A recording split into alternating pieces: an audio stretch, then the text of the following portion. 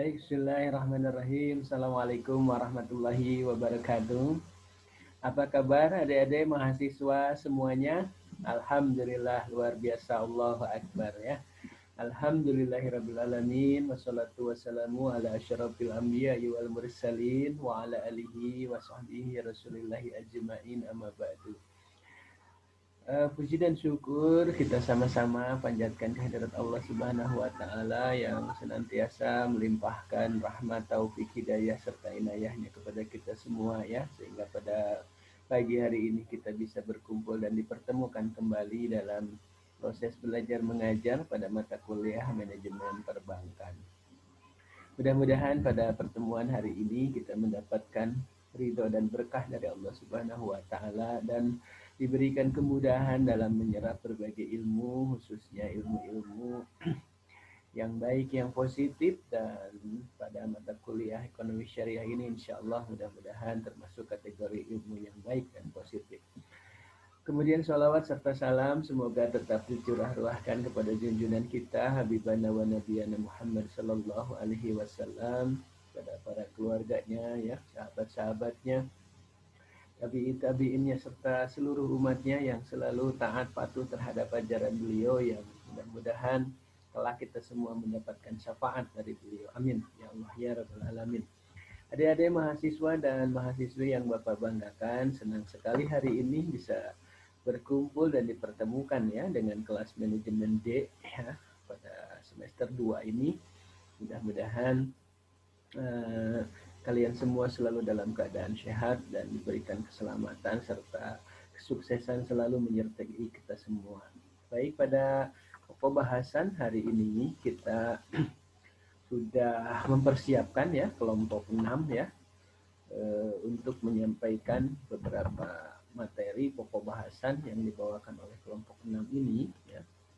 Dan pokok bahasan yang disampaikan oleh kelompok 6 ini adalah daya saing lembaga perekonomian umat pada abad ke-21, dan Anissa Yusril di kelompok 6 ini sudah berembuk ya, berkelompok untuk membahas tentang materi ini.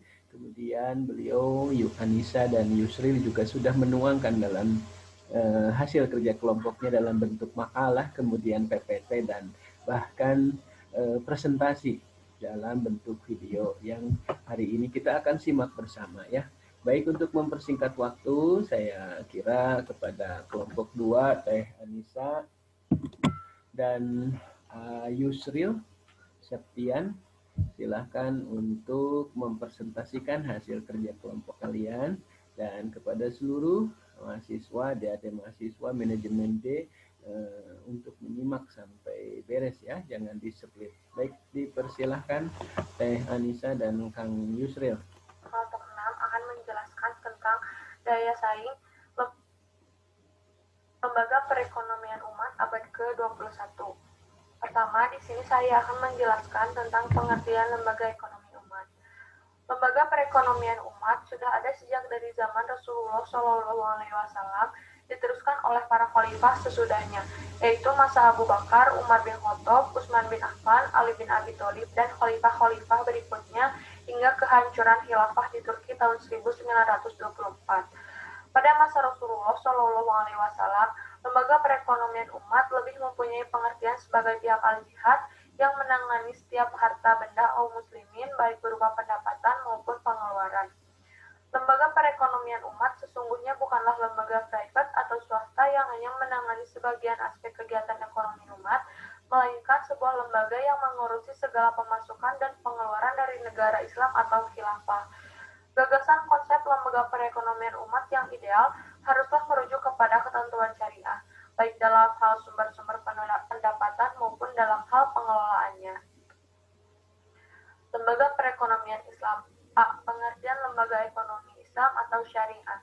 Lembaga ekonomi Islam merupakan salah satu instrumen yang digunakan untuk mengatur aturan-aturan ekonomi Islam sebagai bagian dari sistem ekonomi. Lembaga tersebut merupakan bagian dari keseluruhan sistem sosial. Oleh karenanya, keberadaannya harus dipandang dalam konteks keseluruhan keberadaan masyarakat serta nilai-nilai yang berlaku dalam masyarakat yang bersangkutan. B. lembaga ekonomi Islam sebagai berikut. 1. Bank Perkreditan Rakyat Syariah. Menurut Undang-Undang Perbankan Nomor 7 Tahun 1992, BPR adalah lembaga keuangan yang menerima simpanan uang hanya dalam bentuk deposito berjangka tabungan dan atau BPR. Pada Undang-Undang Perbankan Nomor 10 Tahun 1998 disebutkan bahwa BPR adalah lembaga keuangan bank yang melaksanakan kegiatan usahanya secara konvensional atau berdasarkan prinsip syariah. Pengaturan pelaksanaan BPR yang menggunakan prinsip syariah tertuang pada Surat Direksi pada Bank Indonesia Nomor 32 atau 36 atau KEP atau tentang Bank Perkreditan Rakyat berdasarkan prinsip syariah tanggal 12 Mei tahun 1999. Dalam hal ini, pada teknisnya BPR syariah beroperasi layaknya BPR konvensional namun menggunakan prinsip syariah. 2. Bank syariah. Istilah bank tanpa bunga sebenarnya dapat memberikan konotasi yang berbeda dari esensi bank syariah. Istilah tanpa bunga sering diasosiasikan dengan tanpa biaya atau no interest yang sebenarnya tidak tepat. Oleh karena itu, sebaiknya kita pakai saja istilah bank bagi hasil yang juga dipakai Bank Indonesia atau tepatnya bank syariah. Bank syariah merupakan sebuah lembaga keuangan yang berdasarkan hukum Islam yang adalah merupakan sebuah lembaga baru yang amat penting dan strategis peranannya dalam mengatur perekonomian dan mensejahterakan umat Islam. 3. Asuransi syariah. Pengertian asuransi syariah menurut Fatwa DSN MUI adalah usaha saling melindungi dan tolong-menolong di antara sejumlah orang atau pihak melalui investasi dalam bentuk aset atau tabaru memberikan pola pengembalian risiko tertentu melalui akad yang sesuai dengan syariah. Pendapat ulama tentang asuransi. Pada awalnya, para ulama berbeda pendapat dalam menentukan keabsahan praktek hukum asuransi. Di sanalah menjadi kontroversial. Dari masalah ini dapat dipilah menjadi dua kelompok, yaitu adanya ulama yang mengharamkan asuransi dan ada juga yang memperbolehkan asuransi. 4. Pegadaian syariah. Pegadaian syariah dalam hukum Islam berjalan di atas dua akad transaksi syariah, yaitu 1. Akad ran. Secara istilah, ran berarti menjadikan sesuatu barang yang berharga sebagai jaminan hutang dengan dasar bisa diambil kembali oleh orang yang berhutang setelah dia mampu menebusnya. 2. Akad ijarah, yaitu akad pemilihan hak guna atas barang dan atau jasa melalui pembayaran upah sewa. Melalui akad ini dimungkinkan bagi pegadai untuk menarik sewa atas penyimpanan barang yang berharga milik nasabah yang telah melakukan akad.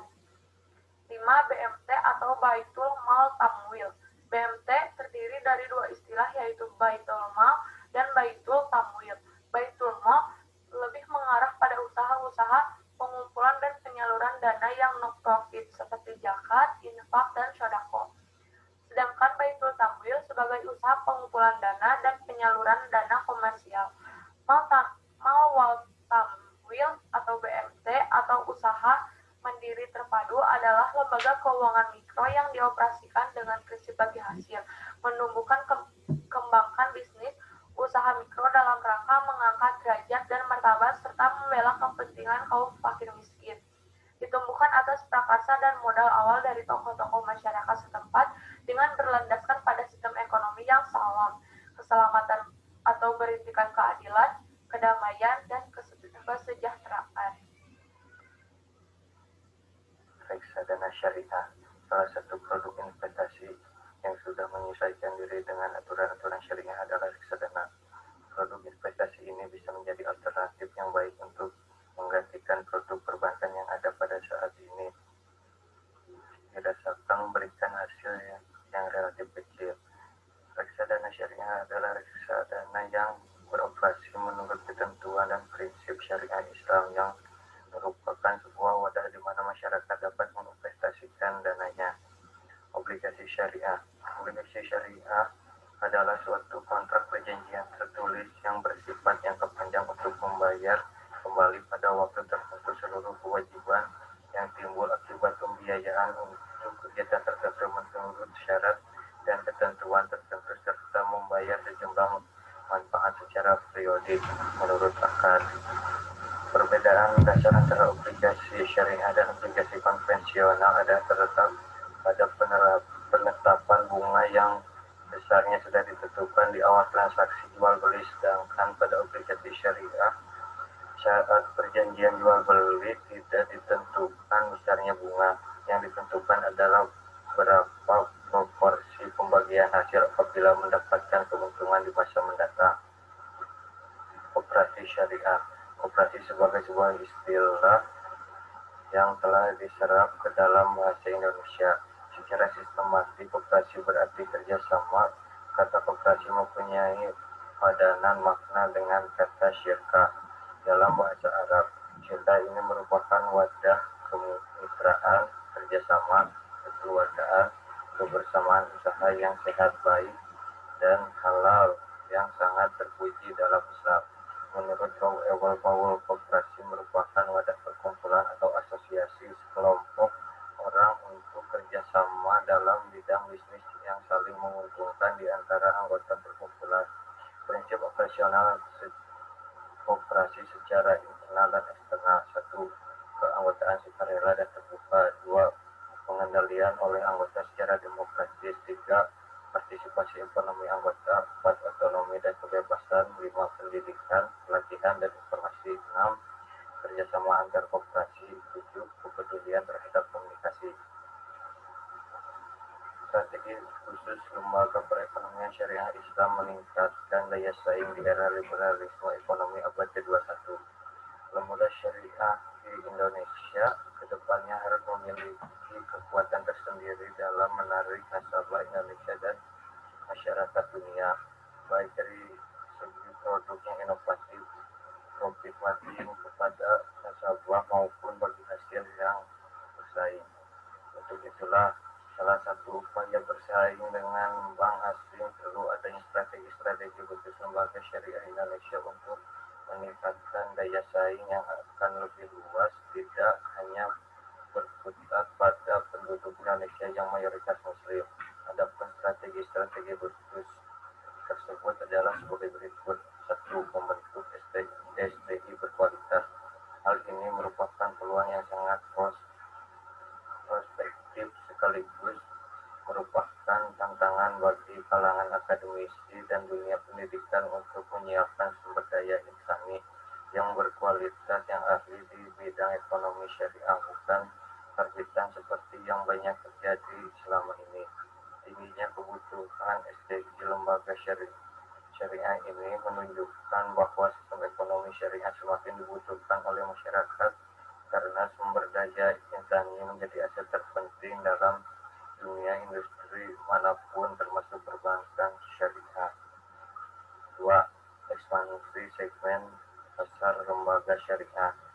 Disadari atau tidak, segmentasi pasar perbankan syariah di Indonesia masih terfokus kepada masyarakat Muslim saja. Padahal Universitas Ekonomi Islam tidak hanya sebatas masyarakat Muslim saja. Hal yang paling penting adalah bahwa lembaga syariah bukan hanya diperuntukkan bagi masyarakat Muslim saja, tapi non-Muslim pun bisa menikmatinya. Apabila masyarakat non-Muslim ingin menikmati layanan lembaga-lembaga syariah, maka perlu aturan-aturan secara teknis transaksinya atau ijab kabul yang disesuaikan dengan nilai-nilai yang dianut oleh pribadi konsumen. 3. Akselerasi produk lembaga syariah. Keberagaman produk dan jasa sebagai ciri khas lembaga syariah. Lembaga-lembaga syariah perlu terus melakukan inovasi produk dan dapat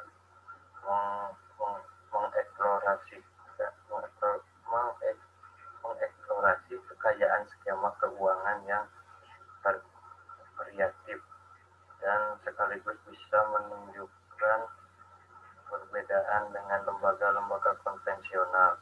Beberapa inisiatif yang dapat dilakukan oleh lembaga syariah, misalnya melalui mirroring produk dan jasa lembaga syariah internasional, serta mendorong lembaga syariah milik asing untuk membagi produk-produk yang sukses di luar negeri ke Indonesia.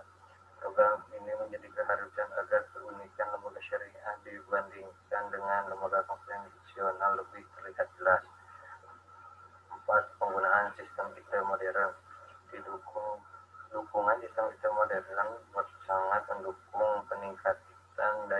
bersaing lembaga syariah secara nasional. Contoh, kebanyakan nasabah memilih bank karena adanya kemudahan bertransaksi, misalnya adanya ATM yang tersebar di seluruh Indonesia.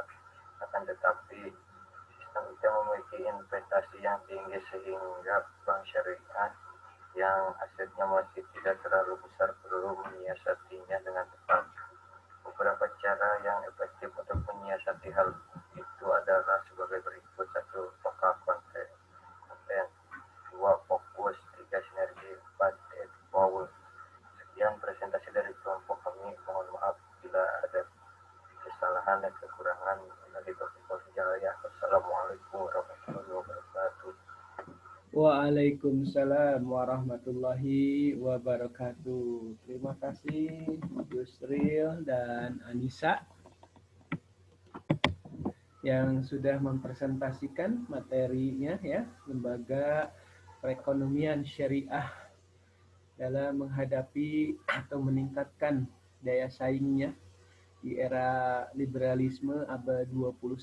Itu luar biasa ya. Tadi saya kutip dari Syahrijal, dari Yusril tadi ya, bahwa salah satu strateginya adalah meningkatkan sumber daya insani atau SDM yang handal di bidang syariah. Nah, hari ini Anda semua dan STIE 11 April Sumedang sebetulnya dalam rangka menciptakan sumber daya insani atau SDM yang kompeten di bidang syariah. Untuk apa? Untuk memasok kebutuhan, demand perusahaan-perusahaan yang sudah mengembangkan di bidang syariah.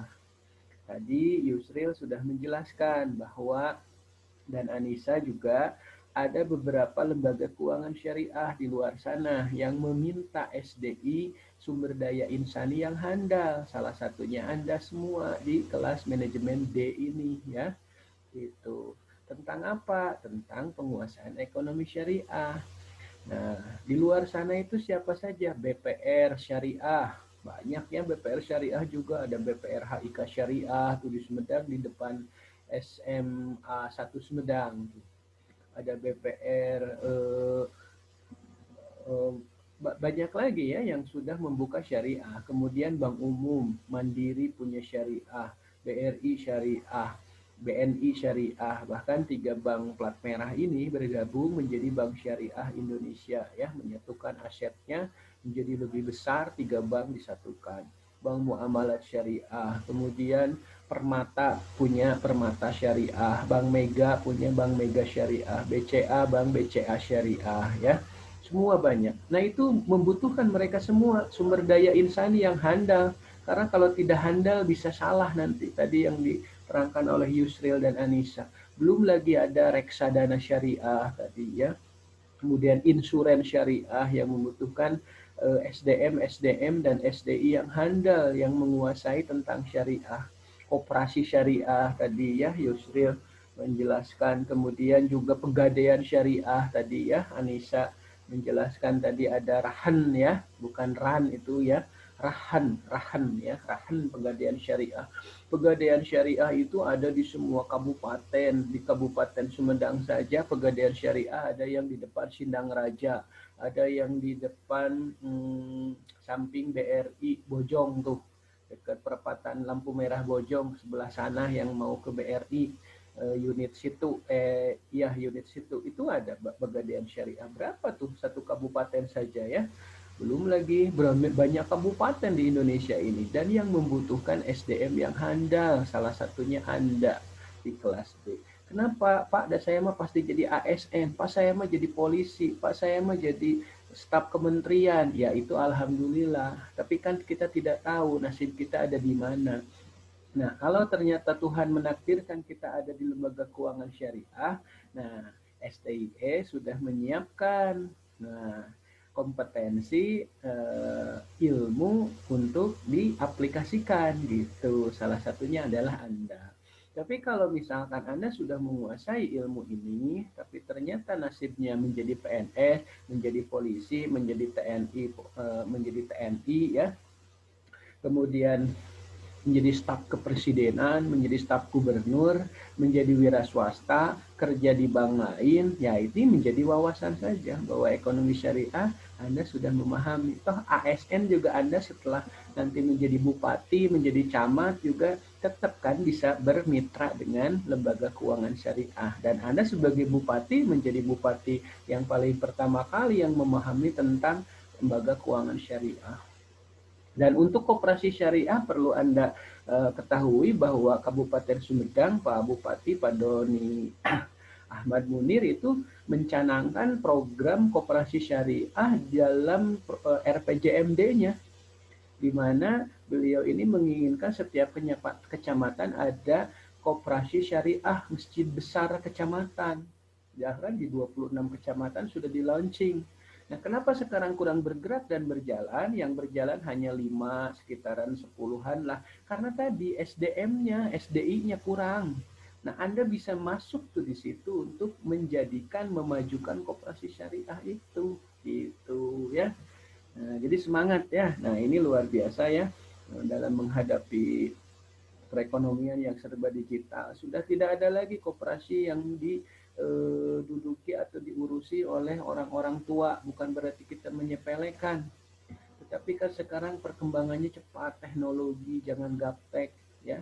Sistem IT semua serba digital. Nah, kalau yang lahirnya tahun 70 ke sana kan itu serba agak susah ya gitu ya. Jadi bukan meremehkan orang tua, dan usia mereka itu sudah lanjut, makanya dipensiunkan juga harus sudah waktunya berhenti menikmati hidupnya, bukan berarti harus berpikir kembali. Nah, kitalah di sini yang harus memajukan. Belum lagi BMT, belum lagi tadi reksadana syariah ya, banyak sekali nih permintaannya. Nah, jika tidak memiliki strategi meningkatkan SDI yang handal di bidang syariah, ya kita tidak akan bisa mengikuti perkembangan di abad 21 ini gitu ya tadi. Jadi Yusril Anissa luar biasa bagus presentasikan materi ini, dan walaupun berdua tetap kompak, tetap semangat, dan materinya sudah bagus. Terima kasih Anissa dan Yusril, kombinasi kerjasama yang sangat baik ini dipertahankan, dan dari saya juga tambahannya cukup ya, supaya karena kalau virtual durasinya memang dibatasi, tidak terlalu panjang, dan mohon maaf juga apabila ada kekurangan dan kesalahan dari saya. Billahi taufiq wal hidayah. Wassalamualaikum warahmatullahi wabarakatuh.